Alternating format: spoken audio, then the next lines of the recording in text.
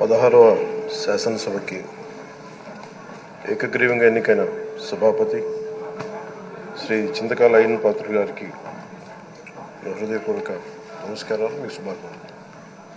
ఇది నేను మొదటిసారి అసెంబ్లీలోకి అడుగు పెట్టడం. ఇలాంటి సుదీర్ఘ రాజకీయ అనుభవం ఉన్న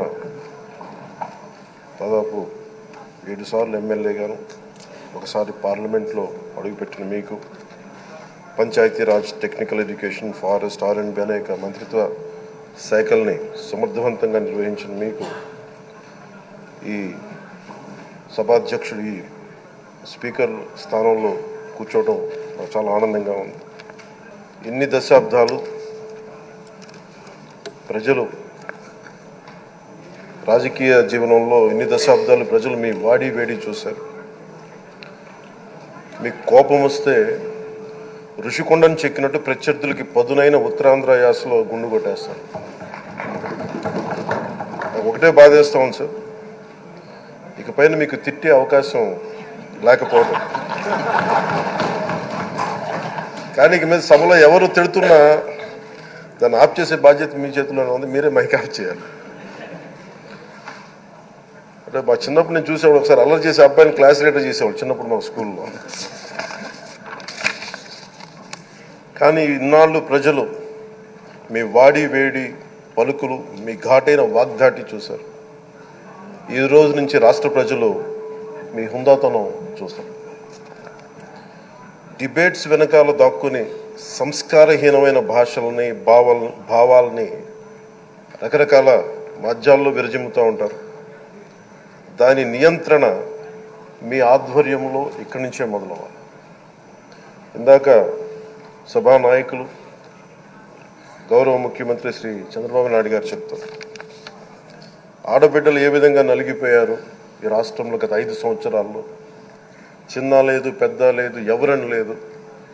ఎవరన్నా సరే ఒక మాట మాట్లాడితే వాళ్ళు వ్యక్తిగతంగా దూషణ, సోషల్ మీడియాలో వాళ్ళని క్యారెక్టర్ అసాసినేట్ చేయటం, వాళ్ళు పెద్ద నాయకులు కావచ్చు, కార్యకర్తలు కావచ్చు, లేదా వాళ్ళకి ఎదురు తిరిగి ఒక ఒపీనియన్ చెప్పి ఎవరైనా సగటు మనిషి కూడా కావచ్చు, అది ఇక్కడితో ఈ రోజు నుంచి ఆగిపోవాలి అధ్యక్ష.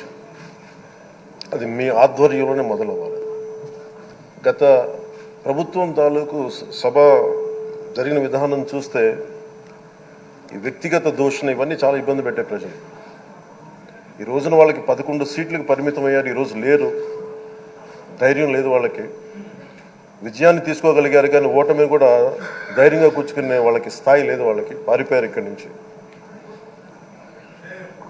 భావంలో ఉండే తీవ్రత భాషలో ఉండాల్సిన అవసరం లేదు. భాష మనుషుల్ని కలపడానికి కానీ విడగొట్టడానికి కాదు. భాష విద్వేషం రేపడానికి కాదు, పరిష్కరించడానికి. ఎంత జటిలమైన సమస్య అయినా, భయంకర సమస్య అయినా చర్చల ద్వారా పరిష్కరించుకోవడానికి కానీ వివాదం సృష్టించడానికి కాదు. ఈ సభ ఉన్నది అందుకు. కానీ మనం చూసింది వాళ్ళ దగ్గర నుంచి బూతులతోటి, వ్యక్తిగత దోషులతోటి రాష్ట్ర పురోభివృద్ధిని ఆపేశారు. అలాంటి సభ కాకుండా ఇందాక మన పెద్దలు శ్రీ గౌరవ ముఖ్యమంత్రి చంద్రబాబు గారు చెప్పినట్టుగా ఇది భవిష్యత్తుకి ఇది ఒక ప్రమాణం అవ్వాలి. 2047 వరకు ఇంత అద్భుతమైన స్థానంలో మనకి ఆంధ్రప్రదేశ్ తెలుగు జాతి ఉన్నత స్థాయికి వెళ్ళాలంటే ఈరోజు మనం వేసే ప్రతి అడుగు అది భవిష్యత్ తరాలకు ఒక నిర్దేశక, ఒక టచ్ స్టోన్గా ఉండిపోవాలి, గిట్ రాయిగా ఉండిపోవాలి.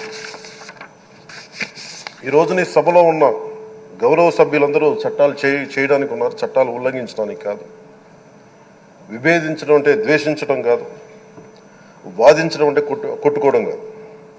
ఇవన్నీ విభేదించడం, వాదించడం ఇవన్నీ ప్రజాస్వామ్యానికి చాలా మౌలికమైన పునాదులు.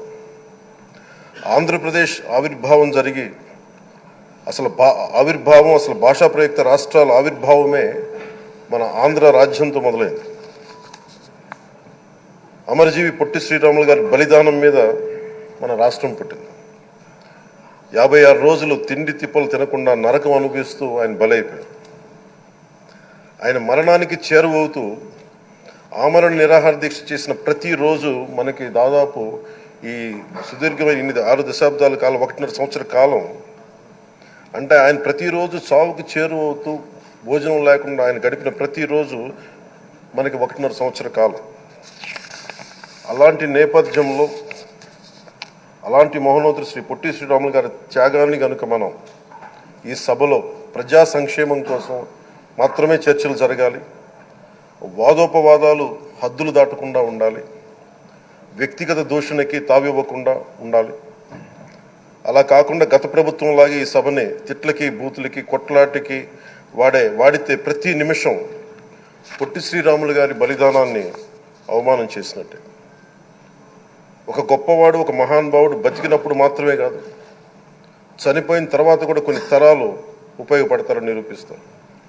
అలాంటి కోవకు చెందిన మహానుభావులు ఆంధ్ర రాష్ట్ర సృష్టికర్త, భాషా ప్రయుక్త రాష్ట్రాలకు శ్రీకారం చుట్టిన ద్రష్ట, అమరజీవి శ్రీ పొట్టి శ్రీరాములు గారి స్మృతిలో ఒక విలువలతో కూడిన ఒక సత్సాంప్రదాయాన్ని తెరలేపుతూ మీ ఆధ్వర్యంలో ఈ సభ జరగాలని, ఈ 5 ఏళ్ల ప్రజాప్రస్థానంలో ఈ విలువైన 5 ఏళ్ళు రాబోయే తరానికి గొప్ప భవిష్యత్తునిచ్చేలా, అన్నం పెట్టే రైతుకి, కౌలు చేసుకునే రైతుకి, రైతు కూలీకి అండగా ఉండేలా, మహిళలకి భద్రతతో పాటు ఉన్నత స్థాయికి ఎదిగేలా, ప్రభుత్వ ఉద్యోగులకి భద్రత కల్పించేలా, పశువు పక్షి ప్రకృతి సర్వజనులందరికీ కూడా మతాలకి ప్రాంతాలకి అతీతంగా సుభిక్షంగా అభివృద్ధి పదంలో ఆంధ్రప్రదేశ్, ఆంధ్ర రాజ్యం అద్భుతమైన ప్రగతి సాధించేలా ఈ చర్చలు సాగాలని కోరుకుంటూ, సభాపతి అయ్యన్న పాత్రుడి గారికి